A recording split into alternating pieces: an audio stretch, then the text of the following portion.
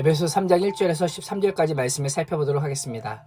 하나님의 구원과 교회에 대해 설명하던 바울은 잠시 자신의 사도적 사명을 소개하고 있습니다. 1절과 2절에서 바울은 이방인들로 하여금 그리스도의 한 몸이 되게 하려는 그 일을 위하여 자신이 감옥에 갇히게 되었고 이방인의 사도가 된 과정을 에베소 성도들이 이미 들어서 알고 있다라고 고백하고 있습니다. 바울은 자신이 이방인의 사도가 된 것이 하나님의 은혜의 경륜에 의한 것임을 확신하고 있습니다.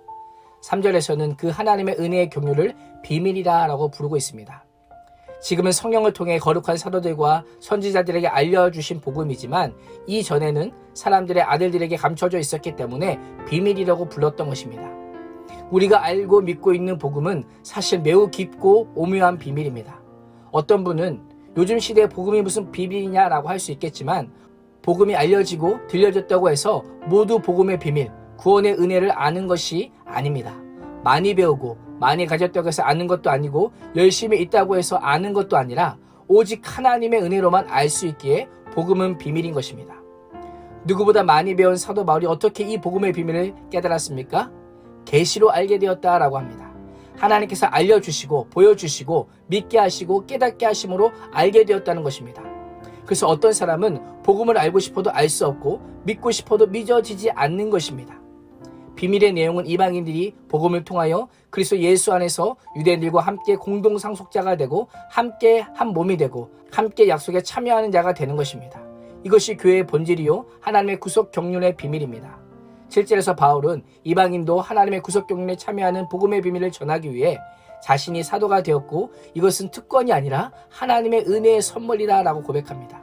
이 선물이란 단어를 통해서 자신에게는 공로가 없고 오직 하나님의 은혜임을 고백하고 있습니다. 특별히 바울은 하나님의 은혜의 선물을 그의 능력이 역사하신 대로 받았다라고 합니다. 자신의 힘과 능력으로 받은 것이 아니라 하나님께서 주신 힘을 따라 일꾼이 되었다는 것입니다.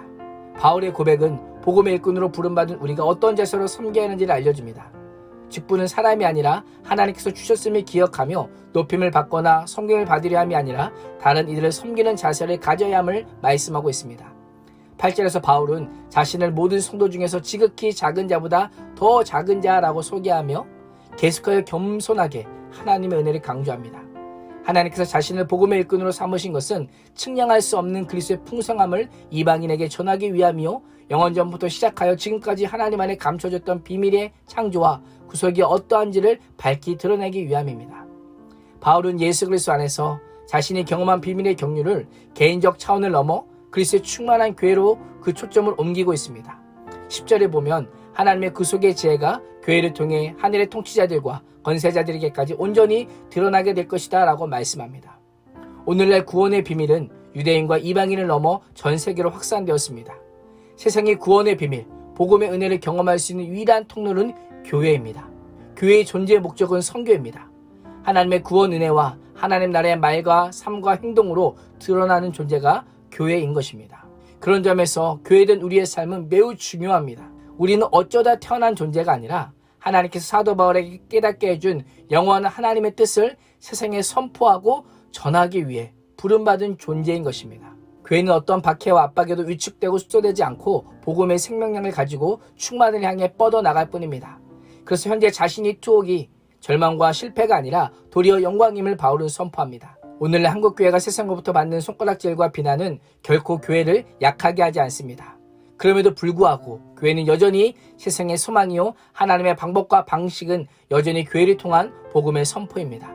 바울은 갇힌 자신을 보고 두려움과 절망 가운데 있는 에베소 성도들 향해 자신이 경험한 하나님의 신비와 영광의 충만을 함께 목도하기를 기대하고 있습니다.